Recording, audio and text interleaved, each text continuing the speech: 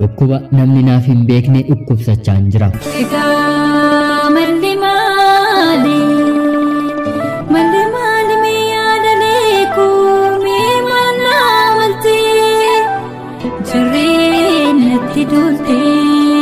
Ani maqaan koo Simboo kanin jedhamu Wallagga Bahaa magaalaa Naqqamtee naannoo addaa bakkee Jaamaa yookiin Laga Margaa jedhamtutti dhaladheen guddadhe. Barumsa koos kutaa 1 hanga 8 achumatti baradhe.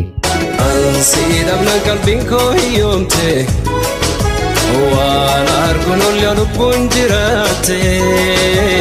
Ansiidhamna qalbiin koo hiyyoomte waan arguun ollee lubbuun jiraate.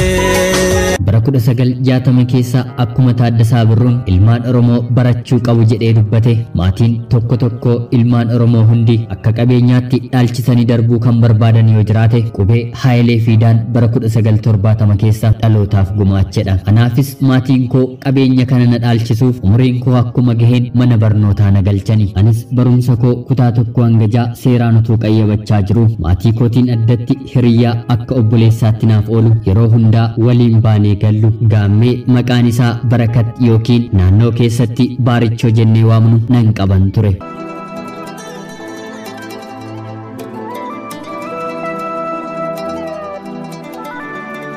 Marree Baarichoo koo waliinis hiriyyummaan obbolummaa keenya turtii booddee kutaa 6 hanga 8 yeroo barannu gara jaalalaatti jijjiiramte. Ba'umsii fi galumsi keenyi kutaa 1 irraa waan jalqabeef namoonni akka obbolaatti malee akka hiriyyummaatti nu shakkani. Jaalalli keenyi garuu barattoota nu waliin baratan maddiitti akka gugee kan bareedduu fi akka bullaallaa kan hawwamtu ture. Barumsa keenya kutaa 8 ministirii xumurrees mana barumsaa Dargee magaalaa Naqqamtee keessatti argamu waliin barachuu eegalle. Ta'u malee yeroo kanatti dabareen anaa fi Baarichoo koo gargar ta'uu isaatti baay'ee nu yaaddeesse. Anaa fi inni dabaree keenya gara tokkotti gochuuf jijjiirrachuudhaaf yaallus nama isin jijjiiru yoo argattani malee hin danda'amu nuun jedhanii barsiisonni keenyi yeroos nu dhorkani. Anis barbaadeen Baarichoonis barbaadee akka carraa ta'ee Baarichoon barumsa kutaa 9 eegallee ji'a 4ffaa keessa argate. Nutis pireediin 3 dhumee boqonnaatti hanga wal arginuutti illee baay'ee wal hawwina.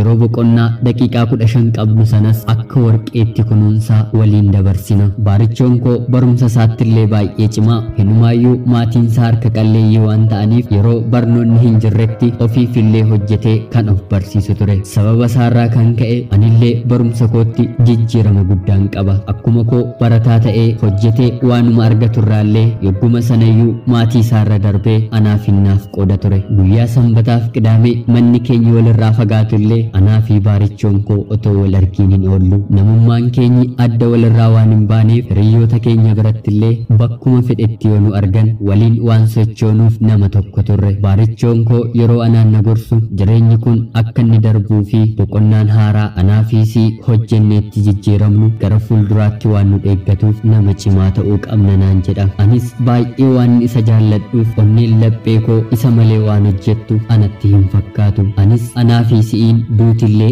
gargar nun baasu jedheen isaaf nan kakadhan ture. Inni immoo wanti fe'e gargar nu baasuu hin danda'u, duuti garuu eeyyama Waaqayyo waan ta'eef gargar nu baasuu danda'a naan jedha. Ani immoo deebiseen lakkin jedhaan ture. Jaalalli keenyi baay'ee hawwataadha. Kan ijoollummaas waan ta'eef bareedinaa fi haala irratti nun doofne.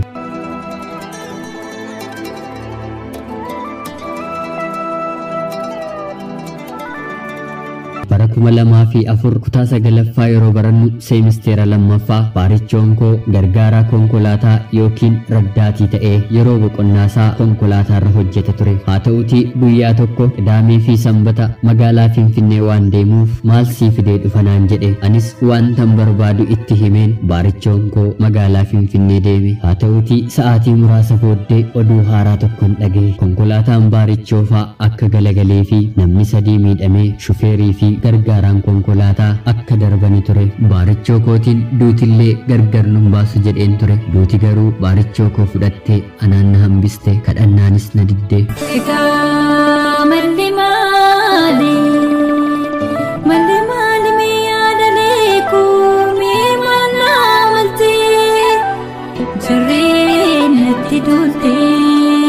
egaas maaliin godha onneen jaalalaa koo rarraatee hafte nama lubbuun lafa kanarra hin jirre onnee koo keessa qofaa jiraatu jaalachuu eegalte yeroo hundumaa taa'een isa yaada ofaa koo taa'een ofitti odeessa boo'ichi imimmaan koo bo'ii funyaan koo irratti uummate walakkaa qaama koon akkan jiraachaa jiru natti dhagahame mootummaan jireenya koo hundaa du'a baarichootiin natti dukkanaa'e barumsas seeraan barachuuf humnan dhabe sababa kanaanis barumsa koo kutaa 10 dhabachuu dadhabeen qormaanni maatirikii na jalaa hafe otuu baarichoon koo jiraate aniin kufun ture sababa kufaatii kootiinis maatiin koo baay'eetti dhagahame barnoota leenjii teeknikaaf ogummaa akkan jalqabu na gaafatanii ani garuu kanaan booddee barumsa hin barbaadu jedheen isaanii nan dide hiriyoonni koo fi hiriyoonni baarichoo na jajjabeessuu fi wanti kun takkaa ta'uusaa eenyumaaf iyyuu akkan oollee natti yeroo himan anis fedhii malee barumsa teeknikaa barachuun eegale waggaa tokkoo fi walakkaa teeknika baradheen hiriyoonni koo maaliif biyya alaa deemneen hojjennu jedhanii gaaffii naa dhiyeessanii anis jireenyi waan na jibbisiisee tole jedheen maatii koo gaafadhe abbaan koo akka ani manaa deemee fuula isaarraa maquun barbaadu anis ergan dhaladhee guyyaa tokkoyyuu haa ta'u manaa bahee buleen beeku abbaan koo na didus dirqisiiseen eeyyamsiise anis piroosesii hundumaa xumureen bara 2009 jalqaba gara Dubaayitti imale. Ijoollee koo oola deemtuu kiyyaa tophee koo ilmoo koo marree maan koo gaadisa koo burii biqiltuu koo. Kanumaanis jireenyi otoo natti hadhaa'uuf hin jibbuu biyya hambaa keessa dalagaan jiru hiriyoota baarichoo keessaa mucaa tokko waliin walitti dhiyaannee innis gaaffii jaalalaa naaf dhiyeesse anis tole jedheen waliin haasa'uu jalqabus garuu jaalala kan jedhamu na keessatti deebi'ee uumamuu dide yeroon isa waliin haasa'u yeroo hundumaa kan natti mul'atu baarichoodha mucaan kun anaaf jaalala guddaa naaf qaba baay'ees na kabaja eenyummaa fi maalummaan koo garuu nama kanaaf tole jedhee jaallachuun na dide otuu homaa na hin balleessinii fi na hin godhiin anis jaalalli keenyi asuma irratti haa dhaabbatu jedheen isarratti cufe innis karaa hiriyoota isaallee deebisee na kadhatus ani garuu tole jechuu hin dandeenye onneen jaalalaa koos balbala cufamte natti taate baarichoo koo malee namni banatee seenuu danda'u hin jiru akka isaa namni gaariin tasuma lafa kanarra hin jiru baay'isee naaf yaada. Jilbeenfadheen bu'aa ani of sadabee oola deemaa jigee dubbii buutu cabee. Turtii booddee ammas sammuu koo amansiiseen nama biraa waliin hiriyaa lammaffaan eegaluuf homaa natti hin ulfaanne wajjin deemuuf garuu ba'aa natti ta'e kanumaanis hiriyaa koo lammaffaa kanas karaa inni na qunnamu hundumaa bilook godheen ofirraa addaan kute homaa walii galee nama tokko waliinuu jiraachuus nan dadhabe ofittis baay'isee aaruu gadduu fi taa'ee boohuun amala koo guyyaa hundaa natti ta'e haaluma kana keessa otoon jiraachaa jiru tarii biyya yoon gale qalbiin koo naaf deebi'aa jedheen hojjedhee waggaa 2 fixeen bara 2010 gara biyyaatti deebi'e jireenyi garuu sanuma ishee kaleessaati hinumaa natti caale magaala keessa yeroon deddeebi'u kan natti argamu bakka anaa fi baarichoon waliin teenyee haasa'aa turredha hafuura kanarraa bahee biyya hambaa jiraachuu naaf fayya jedheen ammas Dubaayitti deebi'een imale ammas hiriyaa gara biraa qabadhus amalli koo naaf hin taane jaalalli koo qulqulluun waan na jalaa du'eef eenyumaan iyyuu jaalachuun dadhabe kanumaanis hiriyoonni koo yeroo na waliin taphatan ati dhiira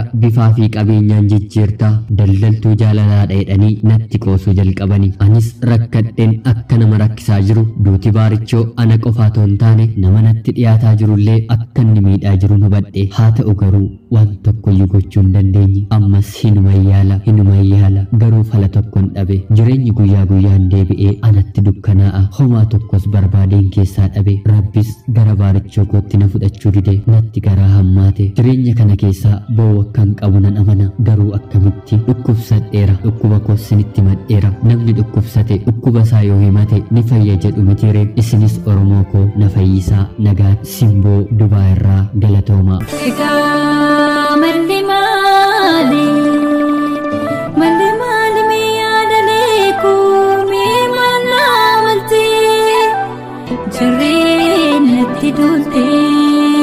Ashama akkam jirtu kabajamtoota hordoftoota qophii Oromiyaa 24 nagaaf jaalalli tokkummaan bakka jirtan hundumaatti isiniif yaa ta'u jecha egaan guyyaa har'aas akkuma beekamu xalayaa obboleettiin keenya Simboo Dubaay irraa nuuf ergite isiniif dubbiseen ka'e obboleettiin keenya Simboo xalayaa kana nuuf erguu keef guddaa galatoomisiin jenna. Egaan akkuma dhaggeeffattanii kaatan xalayaan kun baay'ee kan nama gaddisiisuu fi jireenya obboleettii keenya hanga guyyaa har'aatti illee miidhee kan argamudha. Isheen jalqabaan barumsa ishee eegalte kutaa tokko hanga ja'atti nama maatii fi obboloota ishee caalaa itti dhiyaatu hiriyaa obboleessa keenya Barakat jedhamu maqaa naannootiin Baarichoo jedhamu waliin wal barte. Baarichoo yookiin Barakatiif Waaqayyo lubbuuf iddoo boqonnaa nuuf haa kaa'u jenna. Haaluma kanaanis akka obbolaatti yookiin maatiitti hiriyaa walitti siqxe waliin kutaa ja'affaa booddee jaalala keessa galanii baay'isanii wal jaallatanii maatiin lamaan isaanii harka qalleeyyii ta'anis Baarichoon garuu yeroo boqonnaa isaatti hojii adda addaa magaalaa Naqqamtee keessa hojjechuutiin akkanumallee hojii gargaaraa shufeerii yookiin gargaaraa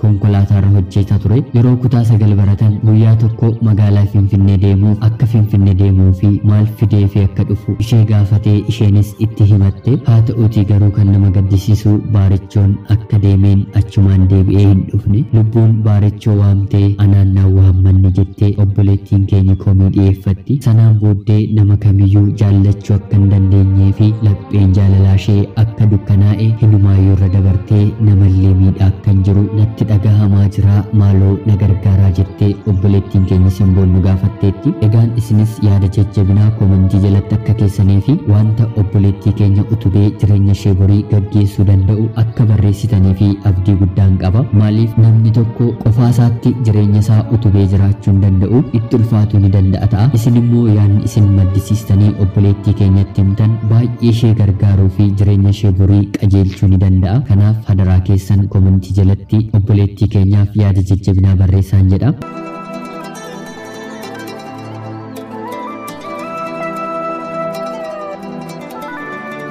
Obboleettiin keenyis sagaleen kun lakkifamee yoo xiqqaate hanga ji'a lamaatti komentii kee akka deemtee dubbistu deebiseen si gaafadha. Maaliif yoo jettan wantoonni akkasii jireenya keenya keessatti yoo nu mudatan dafanii nu keessaa ba'uu hin danda'ani. Kanaaf immoo qoricha guyyaa guyyaatiin fudhachuutu nama barbaachisa. Dhuguma garuu fayyuun ni danda'ama. Egaan yeroo tokko tokko akka tasaa ta'ee namoota nu maddiitii hin dhabna. Kun hojii Waaqayyooti. Waan tokko guyyuu gochuu hin dandeenyu keessumaa lubbuu irratti yoo ta'e nuyi hin jiraanna malee yoom akka duunuu fi maal akka taanu umurii keenya har'aa irratti illee sekendii tokko daballee dubbachuu hin dandeenyu. Kanaaf gabaabumatti harki keenya harka Waaqarraa jira. Hanga jiraannutti garuu gaarii fi wanta namatti tolu hojjennee otoo duuneen jedha. Hedduun keenya jireenya akkasii nama naasisan kan nu mudateeru beekamaadha. Keessumaa yeroo dhiyootti wanta nu mudate waan yaadadhu magaala keenya keessa sooressi baay'ee beekamaa ta'e tokko yoo xiqqaate baankii Awwaash irraa miliyoona 18 qaba jedhame kan badhaafame